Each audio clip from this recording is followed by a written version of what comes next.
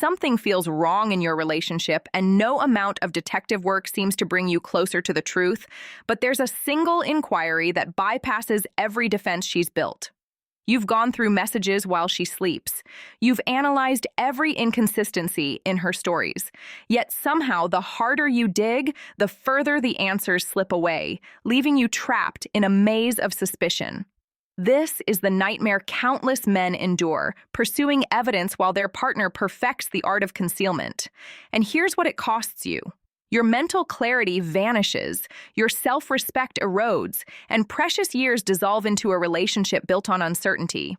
But what if there existed a single inquiry so precise it dismantles every fabrication, every facade, every carefully crafted performance? An inquiry that doesn't merely question her faithfulness, it compels her to examine her own integrity.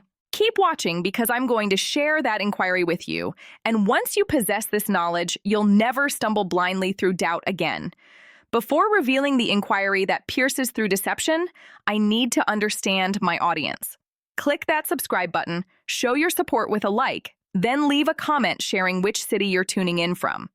I personally read each one, and it shows me how this message resonates with men worldwide, from every culture and walk of life who've battled identical doubts. What I'm about to reveal can dissolve years of uncertainty with a single question. When suspicion takes hold, most men default to identical behavior. They become investigators. Phone records get examined during vulnerable moments. Social media interactions become evidence to analyze. Surprise visits to workplaces happen without warning, hoping to witness betrayal firsthand. Then, when anxiety peaks, comes the confrontation with that loaded question. Have you been unfaithful to me? Here's the harsh reality.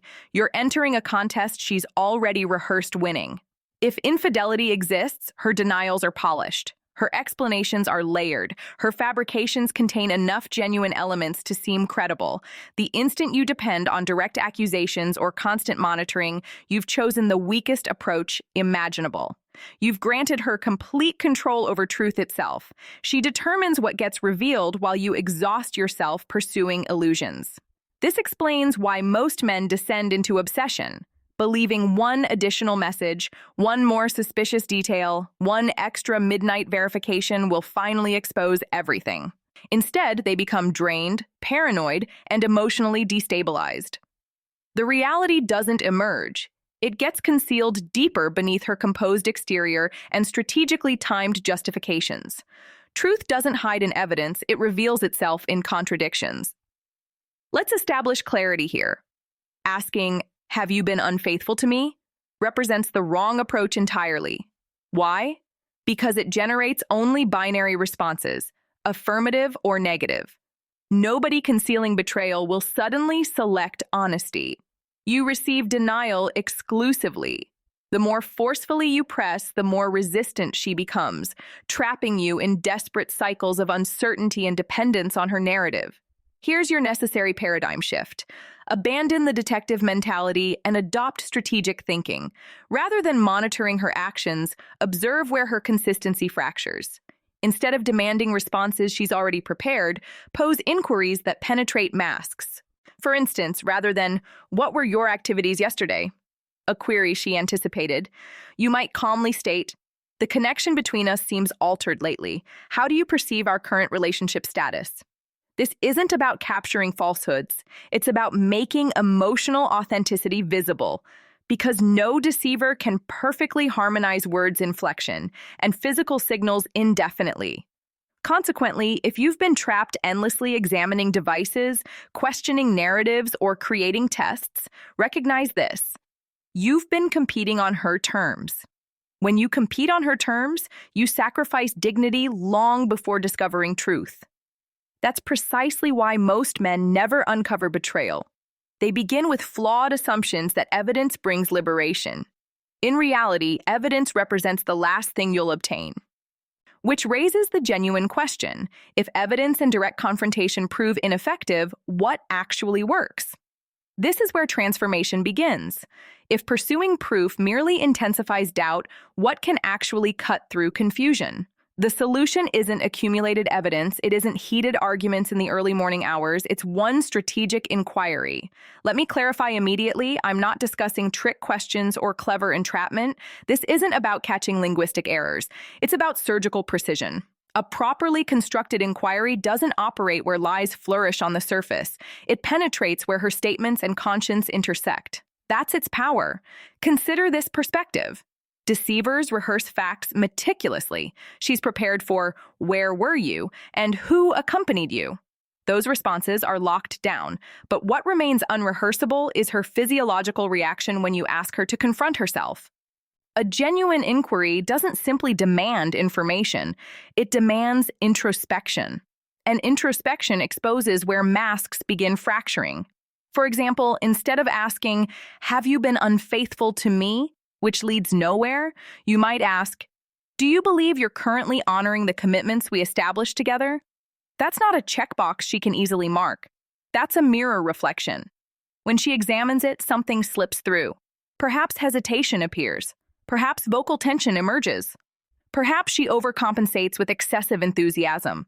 The truth surfaces not in content, but in the struggle to maintain composure. This explains why one precisely aimed inquiry can surpass hours of interrogation. Interrogation demands performance from her. A single inquiry demands she reckon with herself, with the relationship, with the chasm between her presentation and her reality.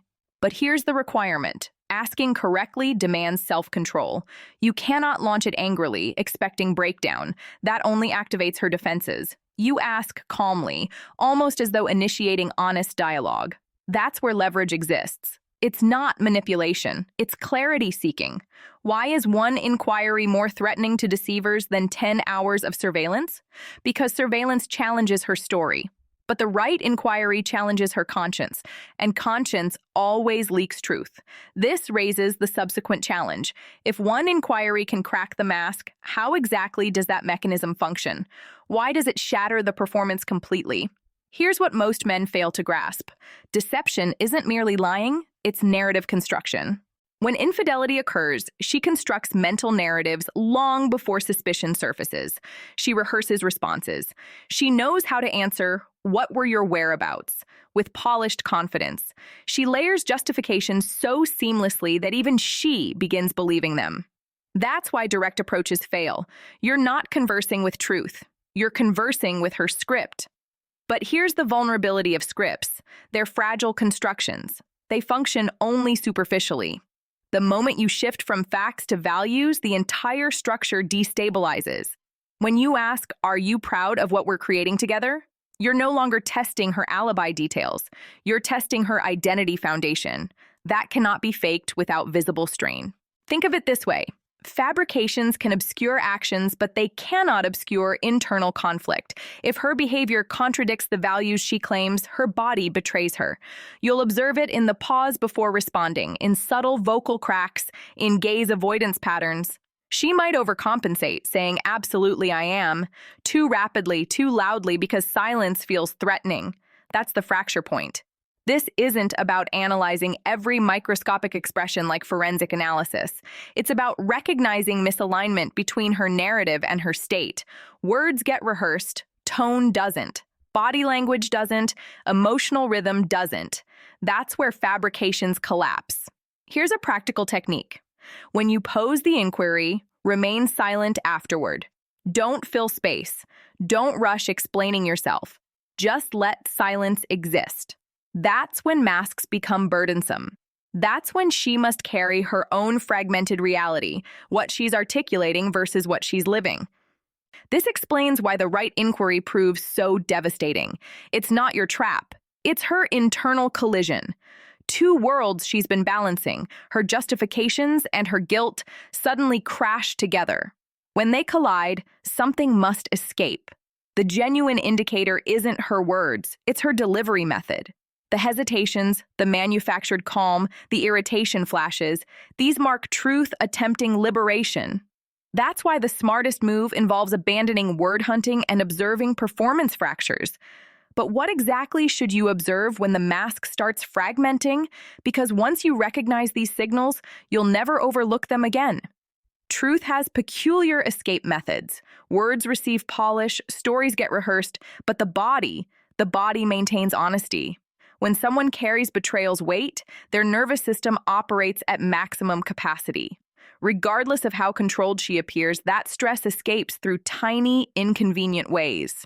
You'll observe it in her eyes, the rapid glance away, the refusal maintaining eye contact beyond seconds. You'll hear it in her voice, sudden tightening on specific words or laughter feeling slightly forced. Sometimes it's rhythmic. She requires excessive time answering as though editing mentally in real time.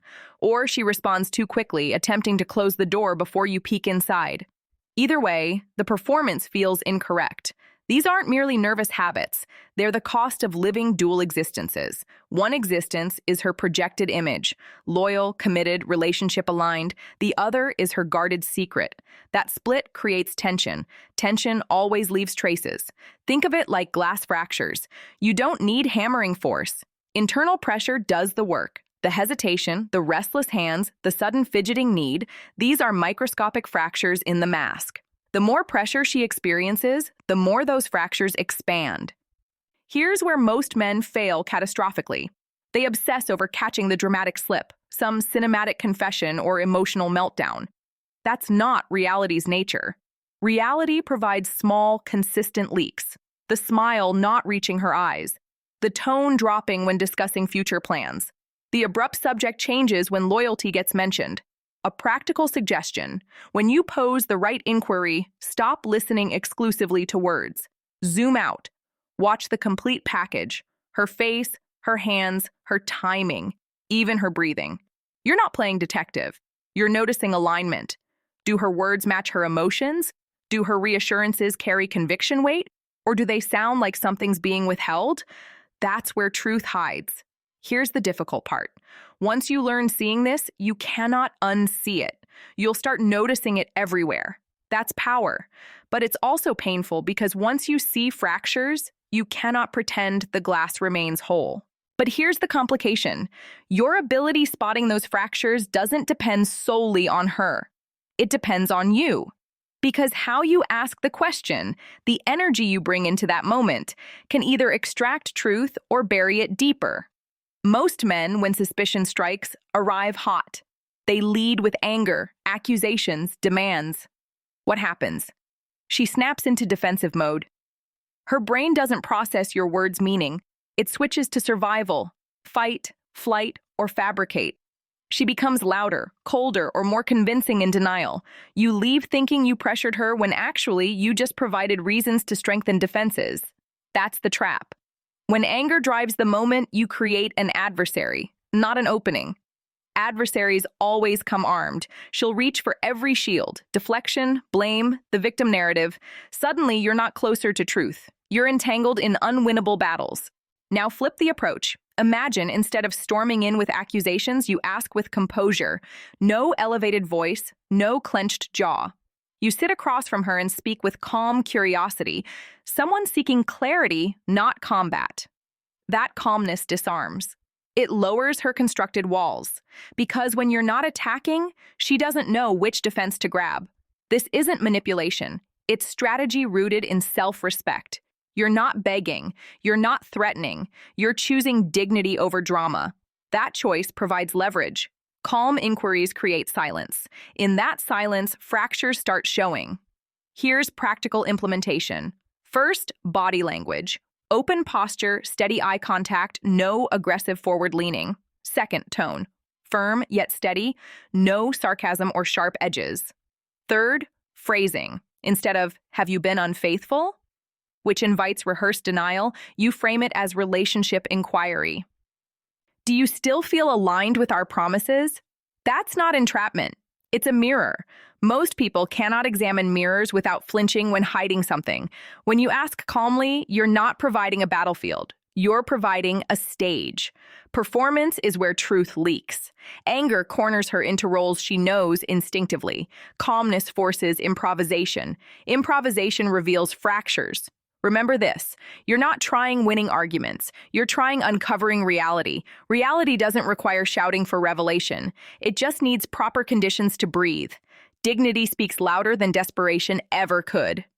But here's the deeper layer. Even with the right inquiry asked correctly, something more profound occurs next. The words and mask might hold temporarily, but inside her body, inside her emotions, a battle commences. That battle has a name, and it's the biggest giveaway of all. When someone hides betrayal, the most reliable clue isn't their statements. It's the gap between what they say and what their body, tone, and energy reveal. That gap is called emotional dissonance. It's the one thing no deceiver can fully disguise. Here's the psychology foundation. To maintain fabrications, she must hold two realities simultaneously: the life she presents to you and the secret she conceals. That split creates internal tension. The body doesn't lie under pressure. It leaks truth in micro-expressions, in tone shifts, in hesitation patterns. Picture this scenario. She says, "Of course I love you," but her arms are crossed, her shoulders tight, and her eyes flicker away at sentence's end. Or she insists, "You mean everything to me," but her voice strains, running half a pitch higher than normal. That's dissonance. The words are sweet, but the delivery is sour. Your gut picks up on it, even when your brain tries rationalizing it away. The key is stopping focusing exclusively on her delivered script and starting observing alignment. Does the tone match the content? Do her actions echo her promises? Does her timing feel natural? Or is there a pause, a scramble, filler words like "well" or before she lands on her answer? Those tiny fractures matter because truth flows effortlessly, but fabrications always drag behind. Now here's why this empowers you. Most men miss dissonance because they're too focused on exact words. They want verbal proof. But deceivers thrive in verbal sparring. It's their strongest ground. When you learn watching emotional signals underneath, you shift the entire power balance. Suddenly, you're not debating her words. You're witnessing her struggle keeping the mask in place. Let me be clear, this isn't about paranoia. It's about precision. You're not hunting ghosts in every twitch. You're looking for patterns, consistent mismatches between what she presents and what leaks out. A single nervous laugh doesn't prove infidelity, but repeated dissonance across conversations. That's the fracture line. Think of emotional dissonance as background static in music. You can't always name it initially, but you know the harmony is off. Once you hear it, you cannot unhear it. But here's the problem. When that static becomes noticeable, most deceivers don't collapse into confession. Instead, they double down with another psychological defense: projection. They'll flip the spotlight back onto you, blaming, confusing, even accusing to keep attention away from their own fractures. When emotional dissonance starts leaking out, most deceivers don't simply sit there exposed. They scramble for protection. One of the oldest tactics in the book is projection. Instead of facing internal guilt, she flips it outward and makes you the problem. You'll hear things like, "You've been distant lately," or "You're always so suspicious." Some turn tables harder. "You're controlling. You're why I feel suffocated."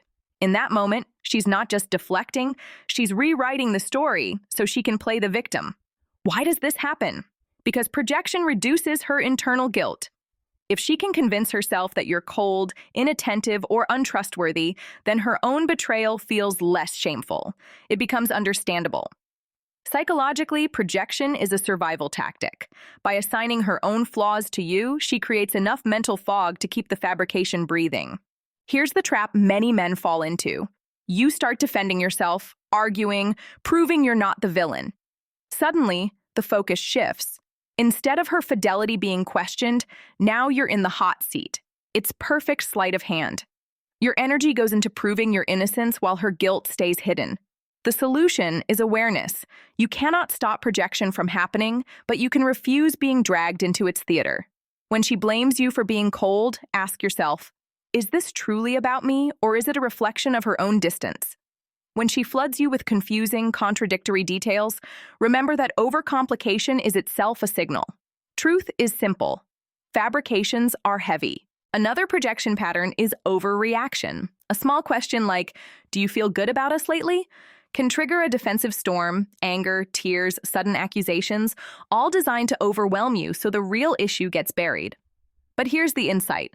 Disproportionate defensiveness is a red flag. People who are clean don't panic when asked about loyalty. They answer calmly.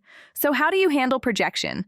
By staying grounded. Don't fight fire with fire. Don't get sucked into proving your worth. Step back and recognize projection for what it is, a sign of fractured integrity. It's not just her deflecting blame, it's her guilt bleeding through the fractures. But that leaves us with the hardest part. If projection is so slippery, if she can twist the script and make you question your own reality, how do you finally cut through all the noise? How do you pierce every layer of defense and hit truth at its core? After all the projection, all the confusion, all the defensive storms, there's still one way to break through everything. And it doesn't involve spying, arguments, or dramatic ultimatums. It comes down to one inquiry, an inquiry so deceptively simple that it slices through every mask she's built. That inquiry is, are you still proud of what we're building together? Notice what this accomplishes. Unlike, have you been unfaithful to me? Which only invites denial. This inquiry pulls her into a confrontation with herself. It forces her to measure her current behavior against your relationship's very foundation, trust, shared values, and a future built together. It's not about an affair, it's about integrity. Here's why it works. Pride in a shared life cannot be faked. If she's been loyal, the answer flows naturally, calm, grounded, aligned with her body language. But if she's been betraying you, the inquiry creates a collision inside her. On one side is her rehearsed story, the perfect defense, the rationalizations, the excuses.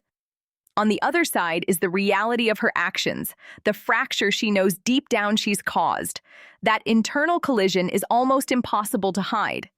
You'll see hesitation. You'll feel the disconnect in her tone. Maybe she avoids your eyes. Maybe she answers too quickly, almost like she's shutting down the conversation. Or maybe she overexplains, adding unnecessary detail to patch the silence. These aren't random quirks. They're the sound of two realities clashing inside her. Here's the beauty of it. You don't need her to confess. You don't need a smoking gun. The answer isn't in the words. It's in the congruence between her words and her emotional presence. This inquiry strips away the performance and forces her true state to leak out. But let's be clear, this isn't just a tactic to expose her. It's a test of you. Can you stand in that moment calm and steady, prepared to accept whatever truth surfaces? Because if you ask this inquiry, you must be ready for the answer even if it shatters you. That's the price of dignity, to seek truth without begging, without controlling, without losing yourself. So the next time doubt gnaws at you, don't waste months playing detective. Don't get trapped in endless projection battles. Ask one inquiry, ask it with clarity, ask it with calm, and listen not just to her words, but to her soul's response. Because once you hear that truth, you'll never be the same man again. And that, my friend, is the beginning of freedom. You've seen it now. The endless chase for evidence, the late-night message reviews, the desperate interrogations, it never gives you peace. It only traps you in a cycle of suspicion and dependence. That's why so many men never find truth.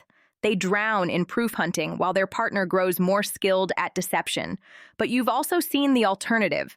Just one inquiry delivered with calm, delivered with dignity, can cut through months of fabrications in a single moment. Not because she confesses, but because no mask can survive when pride and integrity are put on the table.